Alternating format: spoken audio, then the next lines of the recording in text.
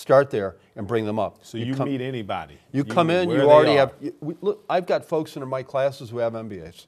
Wow. I have folks in our classes who are already experienced technical writers, but they can't get a job because of that felony. What about this, the hurdle about you got a felony and a misdemeanor? Do you help people get things expunged? Yeah, we have a guy and a lady, Mike Davey from Alpha Legal, and Brenda Bickerstaff from, I forget the name of her business off the top of my head, but both of them were at our resource and career fair. The concept behind the career fair, just to be real brief, is ex-offenders have more issues than just employment. We have Huntington Bank that can help them get on the spot a bank account, even if they're in check systems at the downtown branch. We have Kim O'Neill and Tammy Greer with the child support issue, because you know when you're incarcerated, your child support doesn't stop. So a guy comes home, his license is still suspended. He may have a pending felony because of child support issues. So child support still goes on while you're in? Yes, indeed. Absolutely. And they sometimes take money that your family sends to help pay for that cost. Wow, we got to probably do another show on that one. So Right. you're saying, sorry. Right, go ahead. Because this is things, we're trying to do things that somebody at home asked that one question. You know, let's think about that. So if you're in jail, you get 36 months. Child support continues. For 36 months. So if your parents or family members are sending you money, the government automatically takes that money and send it back to? Yeah, because you're behind. Off you're your in books, arrears. as they call it. Off your books. Wow. You're in arrears. Also, we have ex-offenders that have mental health issues. We have them have drug and alcohol. So we use Life Change Institute with Byron Swift. Depression. We have a lot of different issues that ex-offenders have besides needing employment. And this is why, even the voting, on November 2nd, and me and you work close with the new county structure here and helping people to vote. And that was something we had to voter right people there at the job fair, and people was like, why they here? They're not giving us a job. No, they're here so you can learn to vote, because we didn't vote. And so when you don't vote, things happen, and now you're a victim of circumstances instead of being able to help change how things are. You're talking about voting. I know a lot of times we look at like our seniors as our strongest voting bloc, but the ex-offenders, It's the strongest. that's a large voting bloc that sometimes is not connected. But I'm talking about, it should be a movement. Like if you have a felony and you get a misdemeanor, you can't get that expunged, correct? Is that fact? Right. Yes. If you've been to jail, if the misdemeanor caused you to do jail time. So if it causes you to do jail time. Right. So like if you had a felony and you get a misdemeanor drunk driving, but if you just get a misdemeanor traffic ticket, driving under suspension and you don't go to jail, then you can still get an expungement. And one of the reasons we're talking about it, because those same ex-offenders can petition the state government or the federal government about trying to change those laws. Got to get them to vote first. But you got to get them to vote Getting them first. to vote, you gotta galvanize them. Yes. Now, Mr. Boehner, you had mentioned about meeting people where they are. Now, after you do meet them where they are, what's the process after Well, we that? go one of two routes. Some of the folks come to us with literally no knowledge, and we start by teaching them how to press the tab key and how to move from field to field on a web page and how to type. We actually have typing classes. And we start wherever they are. Other individuals, we've had individuals come to us with MBAs who have excellent computer skills. And we then send them in one of two directions. We send them either toward direct employment with a company who we know is willing to hire individuals with felonies in their background, or Boundless Flight will hire them as their employee, and then we contract with other firms for that individual to work for them with full disclosure. With full disclosure. So we carry the insurance, we carry the bonding, et cetera, and we place the individual in another company to work as a contractor for as long as it takes for them to get comfortable with the individual, and then we encourage them to hire them direct. So that really touches on the point that you were talking about, that some employers may be hesitant because of their past indiscretions as far as the felony concern, and it kind of opens them up for potential liability in their particular employee. Exactly right. And the negligent hiring issue is one of the weights hanging around the neck of Cuyahoga County and Cleveland. We've got so many individuals who could be productive in several avenues of our society who just are not, because no one will take the risk. Now, Mr. Jones, how do you get past, okay, I earned the felony. Now I'm an ex-offender, and I went to your program, went to his program. I'm tired of programs. Do you have any entrepreneurship programs where somebody say, you know what, I know a guy got like 8 different records, and he wants to be an entrepreneur. Do you have programs helping with their credit? We have with Cheryl Smith, who is my who is of Collaboration Station, who is my fiscal agent, does teach entrepreneur classes. But to go back to what you said in the beginning of that, people do get programmed out, which is why I myself don't really believe in programs to the extent that they are ran. I believe in job readiness, and I think that people need to be restructured sometimes and their minds change. But when you have a person sit in somebody's program for 4 weeks and they really need a job and they're not getting a dime and they're sitting in there for 8 hours like they're at a job, and then at the end of all of this, they don't get a job, that leads to frustration.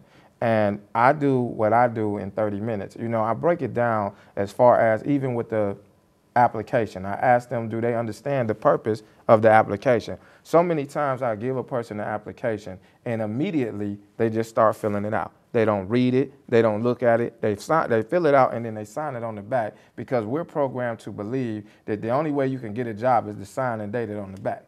You don't even know what you're signing. But an application is used to tell if a person can read, write, and comprehend. That's what the application purpose is. Unlike any other race of people, African Americans write how they talk. So they don't even ask the question of race on there. Example of how we talk. I work at the Burger King on Lee and Harvard. I'm a cook, and my responsibility is to cook food. Lee and Harvard is an intersection. Or I worked at the McDonald's on Euclid Avenue. No city, no state, no zip code. It's 4 McDonald's from downtown Cleveland to the Lake County line.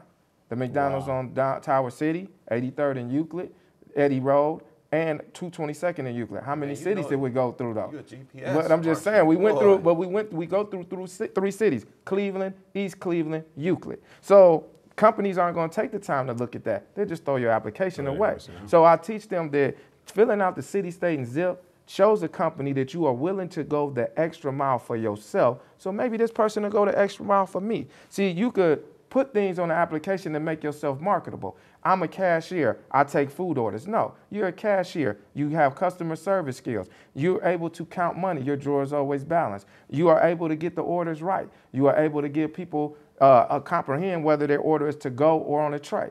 Then when times is broke down, you clean the dining room, you sweep and mop the floors, you clean the bathroom. You have to put all these things on the application because you have to show the value that a customer will want, employer will want from you, because businesses are only in business for 2 reasons: to make money or save money. And you got to be able to do one or both. You either got to make them some money or save them some money. And if you're able to do that, then like Mr. Bainey, it doesn't matter about their felony. Do you understand what I mean? Yeah, because which group is really, like I used to be a probation officer, and I got excited when I dealt with the younger, like 18 to 25, I thought it was a chance for hope. I got a little frustrated with the people like 60 to 80 on probation. So in your field, which one are you excited about? Like, I got a chance maybe to help this person because they're young, because you can get some ex-offender 16 to 18, and now he gets you, he's 19 years old, no work history. So which group? It is exciting to work with the younger generation, because you're right, you do seem to sometimes feel that you have more hope. Along with that comes more frustration, because I have an 18-year-old son at home that right now he knows everything. He's always right about everything. And I often tell him, while you are always right, you need to get that $1 million now, because one day you're going to be 39 like your father and you ain't going to know anything. So sometimes it's more rewarding to catch the guys my age, between the ages of 35 and 45, that have banged their head against the wall enough that they like, man, I done tried everything.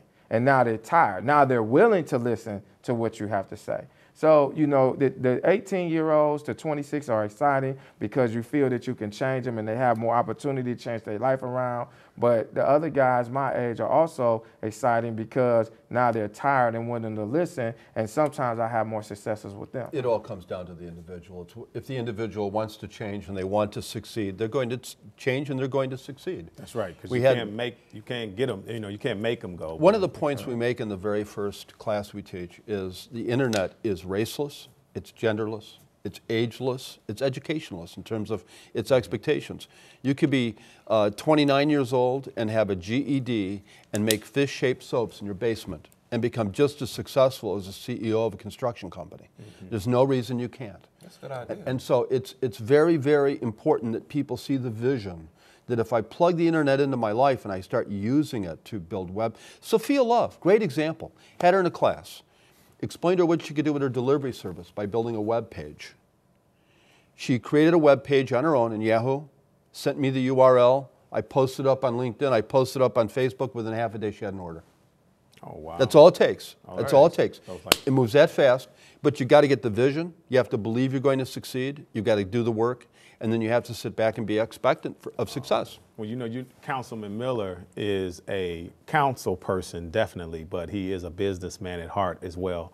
So you may find him in his basement trying to make fish-shaped soap now, since you've And mentioned you know, that's that. exactly okay? why I use the phrase, because it's so hard to say. I heard that.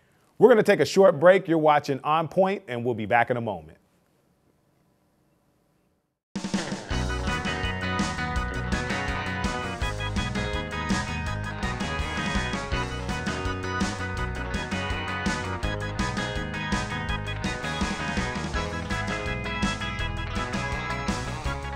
Hi, this is Chris Luciani, manager of the Cleveland Bureau of Cultural Arts, standing looking at this beautiful mural that was actually painted by young people and professional artists. I'm here to tell you about a new program we're starting called Mural My Neighborhood, where young people who have this skill in art are going to be doing the exact same thing. We're going to team them with professional artists, and they're going to go out and paint new murals in the city of Cleveland. The best part about this program is those who get accepted into the program are going to actually be paid a small stipend for completing the course. Imagine that, earning some money, while at the same time learning all aspects of mural painting.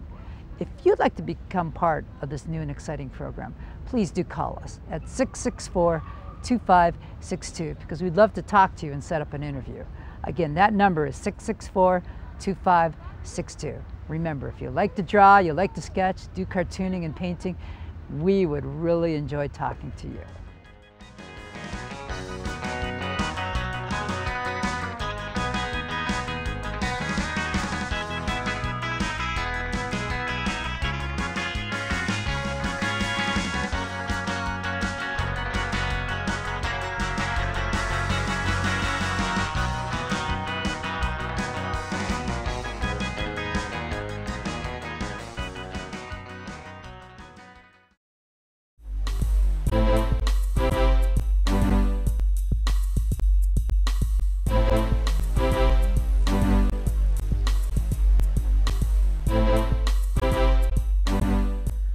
Welcome back to On Point. I'm your host, Councilman TJ Dow, my co-host, Councilman Eugene Miller. We've been having a candid discussion about some real tough issues that face our community. We have no other than Mike Jones. That's right, Mike Who? Jones. Mike Jones. Mike Jones, all right, and the CEO of Breaking the Cycle. And we have Mr. Bainey here as well, who is from Boundless Flight.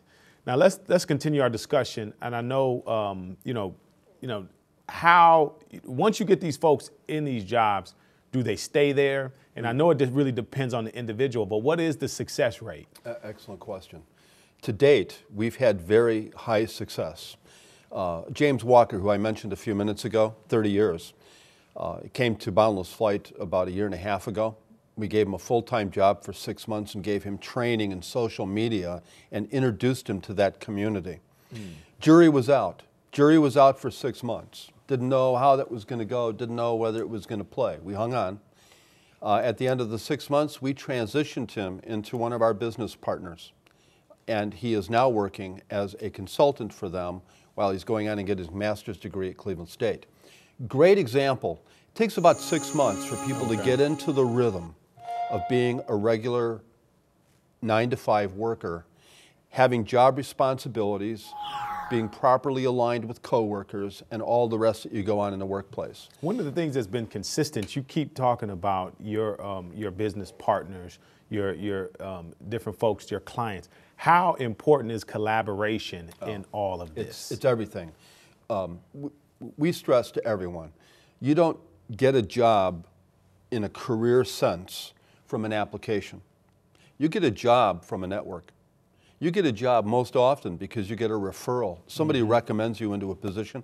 Somebody knows somebody, puts their credibility, reputation on the line for you, and helps you get through that door.